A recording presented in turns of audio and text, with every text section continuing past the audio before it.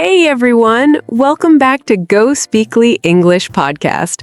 Oh my goodness, I am so excited about today's topic. Like seriously, you have no idea how much fun we're gonna have. Haha, I can already tell this is gonna be good. Hey everyone, great to see you all here again. So I'm Sophie, and I've been teaching English for about 8 years now. And honestly, this topic is probably one of my favorites ever because it combines two things I absolutely love: English and animals. And I'm Daniel, and let me tell you, Sophie has been talking about this episode for like 3 days straight. Oh, stop it.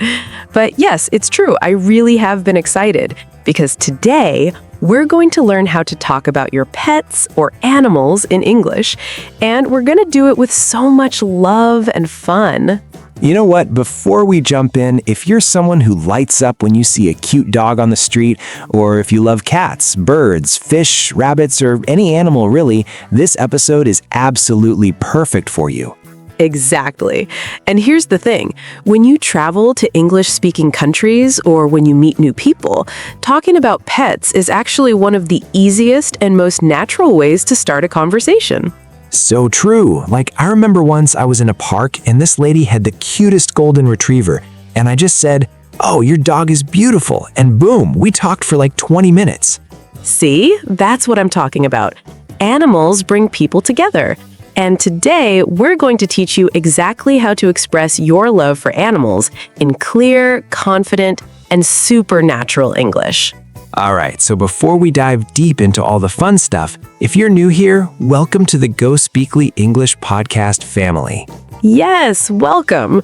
And hey, if you're enjoying this, we upload fresh episodes 3 times a week, every Monday, Wednesday, and Friday. So you're always getting new content to improve your English. And if you haven't already, just hit that subscribe button and turn on notifications so you never miss an episode. Trust me, you don't want to miss what's coming. We keep it simple, we keep it fun, and most importantly, we keep it real. No boring textbook English here.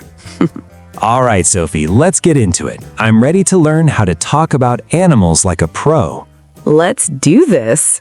Okay, so let's start with the basics. Part 1 is all about how to talk about your pet. Whether you have a dog, a cat, a parrot, a goldfish, or even a turtle, we're going to cover it all. And you know what's interesting? The way people talk about their pets in English is actually really sweet and emotional. It's not just, "I have a dog." No. People really express their feelings. Oh my gosh, yes. Like in my experience teaching English learners, I've noticed that beginners often just say very basic sentences like, "I have cat," or "My dog is big." And that's okay for starting out. Right, but we want you to sound natural and show your love for your pet, right? Exactly. So let's start with introductions. How do you introduce your pet to someone? Okay, I'm ready. Give us the good stuff.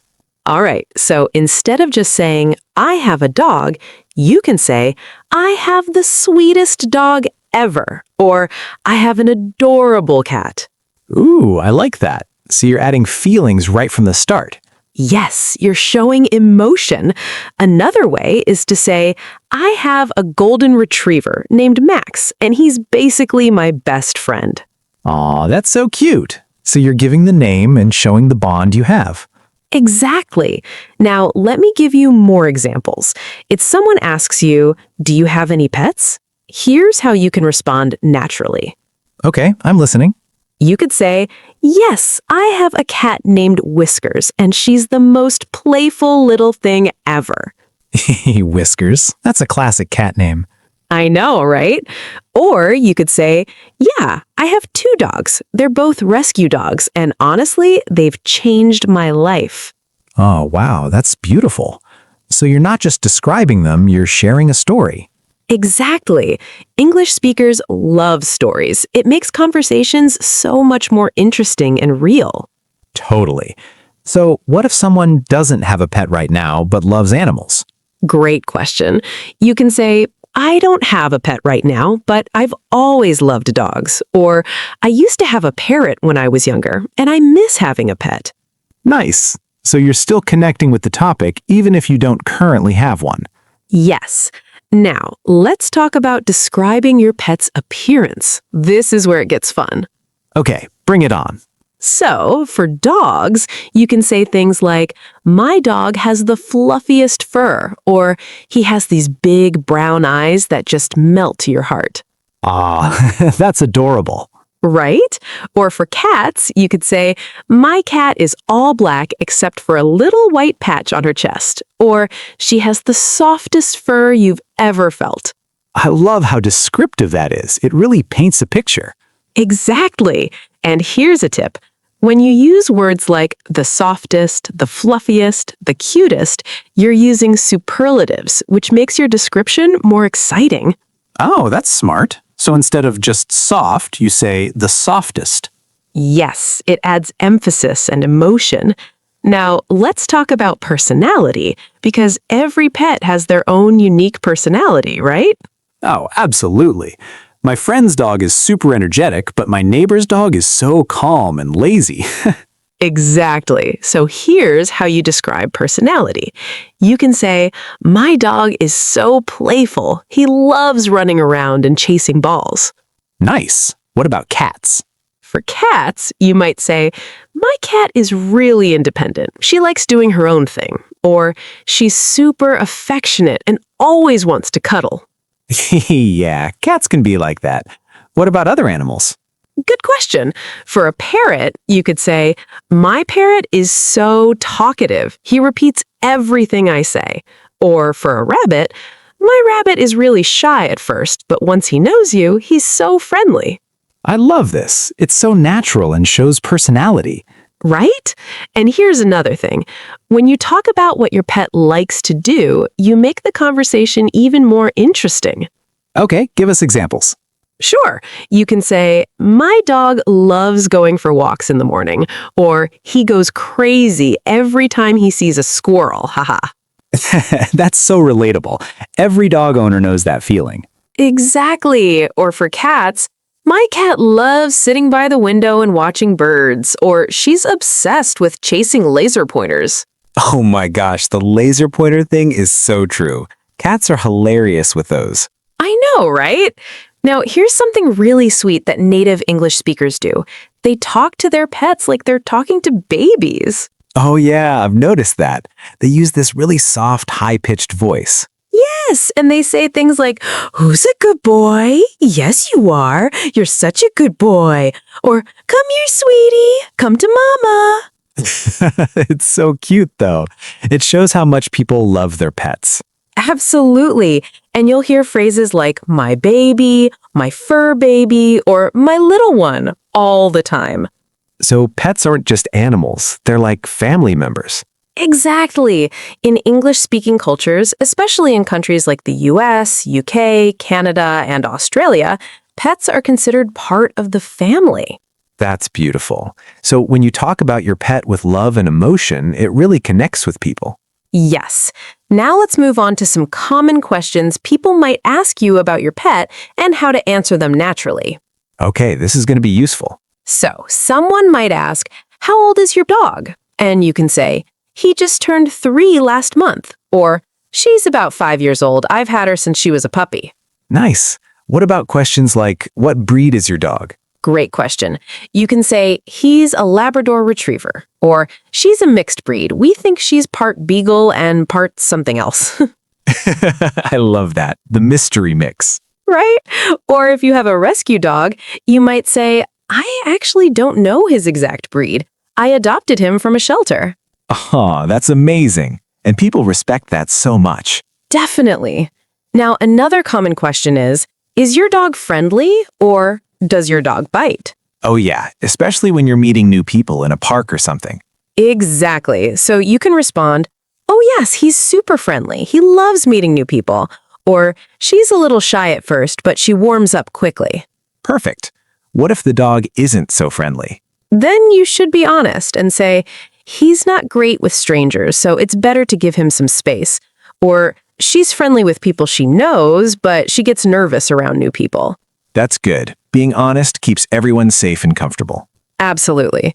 Now let's talk about some phrases for when your pet does something funny or naughty. Oh, this is going to be good. Okay, so imagine your dog chews up your favorite sneakers. You might say, "Oh no, he chewed up my favorite sneakers." Or, "Bad boy, you know you're not supposed to do that." But then you probably forgive them immediately, right? Of course! And you might say, "I can't stay mad at him. Just look at that face."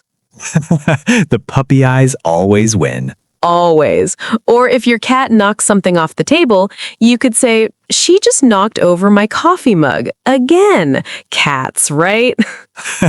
Yeah, cats do that all the time. It's like their hobby. Exactly. And here's the thing. When you share these funny little stories, people connect with you because everyone who has pets has experienced these things. So true. It's relatable. Yes. Now, before we move to part 2, let me quickly share some really useful vocabulary words for describing animals. Okay, I'm ready.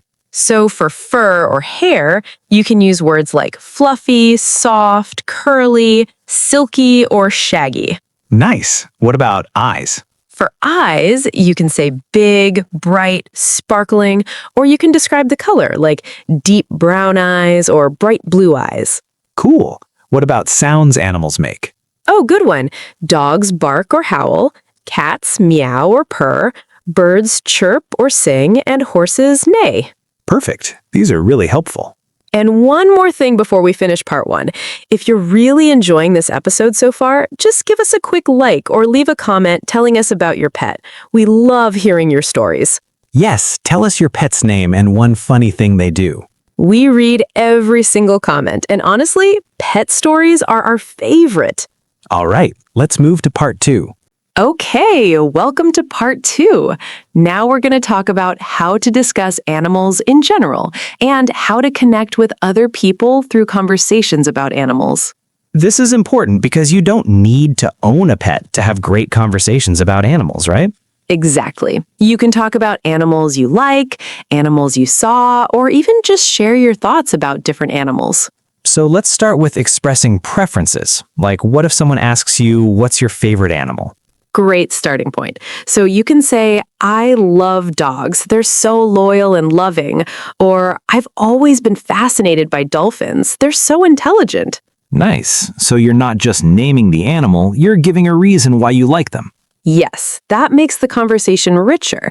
You could also say, "I think elephants are amazing. They have such strong family bonds." Or, "I love how independent cats are." I like that. What if someone asks, are you a dog person or a cat person? Ooh, the classic question. So you can say, "I'm definitely a dog person. I love how playful and energetic they are." Or you could say, I'm more of a cat person. I appreciate their calm and independent nature. Exactly. Or you could say, "Honestly, I love both. I think dogs and cats are both amazing in their own ways." Hey, the diplomatic answer. Right? Now, let's talk about how to discuss animals you've seen or encountered. This is super useful for making conversation. Okay, give us some scenarios. Sure. Imagine you went to a park and saw a cute dog. You could tell your friend, "I saw the cutest golden retriever at the park today. It was so friendly." Aw. Or what if you saw something unusual? You could say, "You won't believe what I saw on my walk this morning. There was a peacock just walking down the street." That would definitely be unusual in most places. Right? Or if you went to a zoo or aquarium, you might say, "We went to the zoo yesterday and I got to see pandas for the first time. They were adorable." Nice. So you're sharing your experience with excitement. Yes, and people love hearing about these experiences. Now, here's something really useful: how to ask others about their experiences with animals. Okay, this is important for keeping conversations going. Exactly. So you can ask questions like, "Have you ever had a pet?" Or, "What kind of animals do you like?" Simple but effective. Yes. Or you could ask, "Have you ever been to a safari?" Or, "What's the most interesting animal you've ever seen?" Oh, these questions can lead to really cool stories. Absolutely. And here's a tip. When someone tells you about their pet or an animal experience, show genuine interest. How do we do that? You can respond with phrases like, "Oh, really? Tell me more." Or, "That sounds amazing." Or, "Aw, that's so sweet." Nice. So you're encouraging them to keep talking. Exactly. You can also ask follow-up questions like, "What's his name?" Or, "How long have you had her?" Or, "What does he like to do?" Perfect. That keeps the conversation flowing naturally. Yes. Now let's talk about something fun, expressing emotions about animals. Okay, I'm curious about this. So when you see a cute animal, you can say things like, "Oh my gosh, that puppy is absolutely adorable." Or, "Look at that kitten, it's so tiny and cute." Hey, people say, oh my gosh, a lot when they see cute animals. They really do. Or you might say, "That is the cutest thing I've ever seen." Or, "I can't handle how cute that is."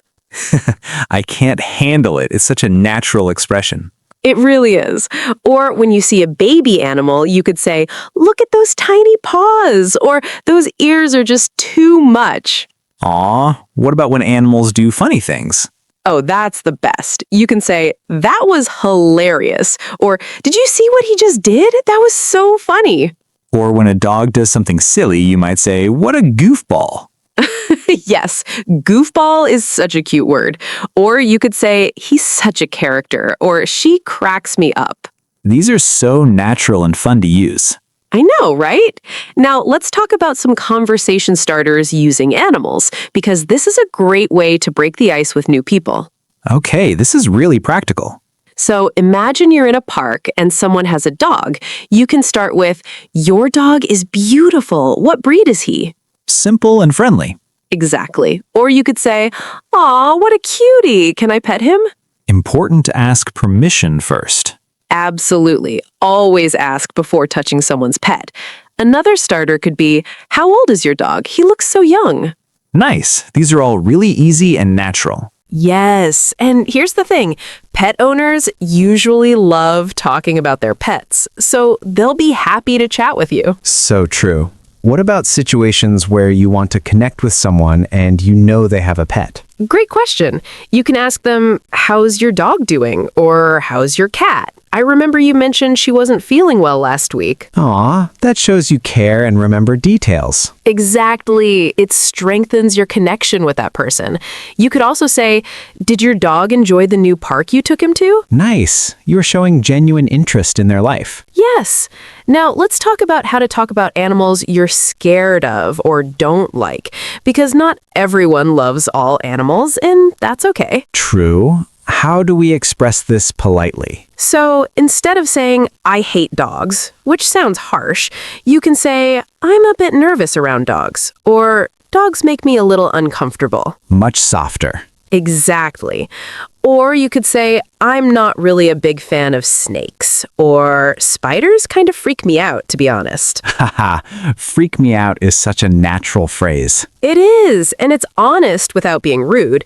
You could also explain why, like, "I had a bad experience with a dog when I was little, so I'm still a bit cautious around them." That gives context and helps people understand. Exactly. Now, here's something interesting. Idioms and expressions related to animals, Oh, I love idioms. They make you sound so natural. right? So here are a few.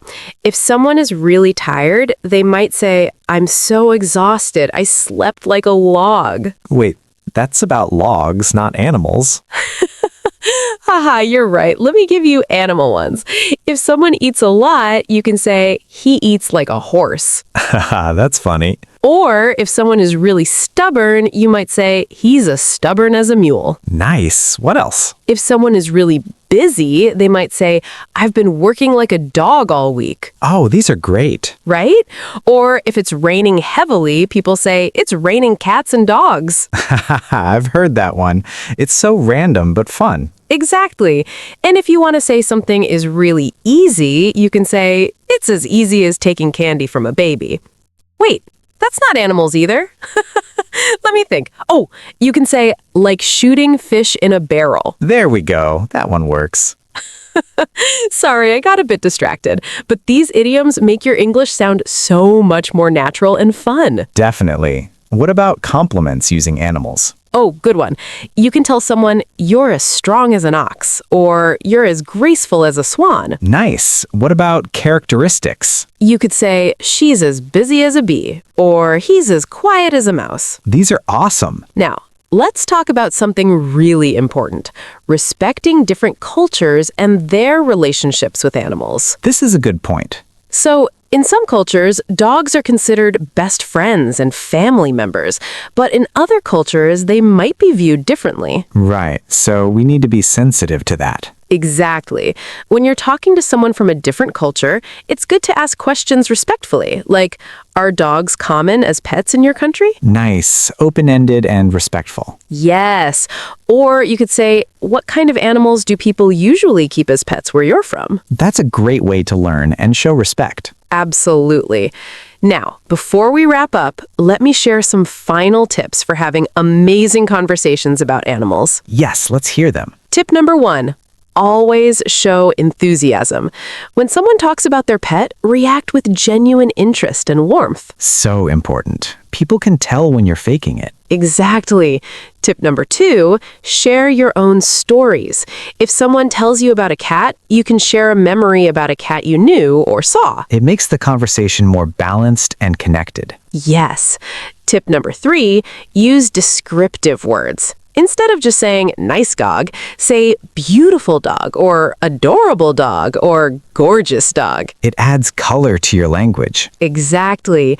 Tip number 4, ask open-ended questions. Instead of, do you like dogs, which is just yes or no, ask, what do you love most about dogs? That invites a much richer answer. Yes. And final tip, be respectful. Not everyone loves the same animals, and that's perfectly fine. Accept different opinions with grace. Beautiful advice. You know what? I just realized we've covered so much in this episode. We really have, from talking about your own pets to discussing animals in general to using idioms and expressions. And the best part is, all of this is so practical. You can use these phrases and tips immediately. Whether you're in a park, meeting new people, or just chatting online with friends. Exactly. And remember, talking about animals is one of the easiest ways to connect with people because almost everyone has some kind of relationship with animals. So true. Even if someone doesn't have a pet, they might have memories of animals from their childhood, or they might love watching nature documentaries. Yes, it's such a universal topic. All right, so before we say goodbye, we want to hear from you. Yes, drop a comment and tell us, do you have a pet? What's their name? And share one funny or cute thing they do. And if you don't have a pet, tell us what your favorite animal is and why. We genuinely love reading your comments and learning about your lives. And hey, don't forget, we're uploading new episodes every Monday, Wednesday, and Friday. So hit that subscribe button and turn on the bell notifications so you never miss an episode. Trust us, we have some amazing topics coming up that you won't want to miss. And if you found this episode helpful, give it a thumbs up. It really helps us reach more English learners like you. All right, thank you so much for spending time with us today on GoSpeakly English Podcast. Keep practicing, keep learning, and most importantly, keep having fun with English. We'll see you in the next episode. Bye, everyone. Take care. See you soon.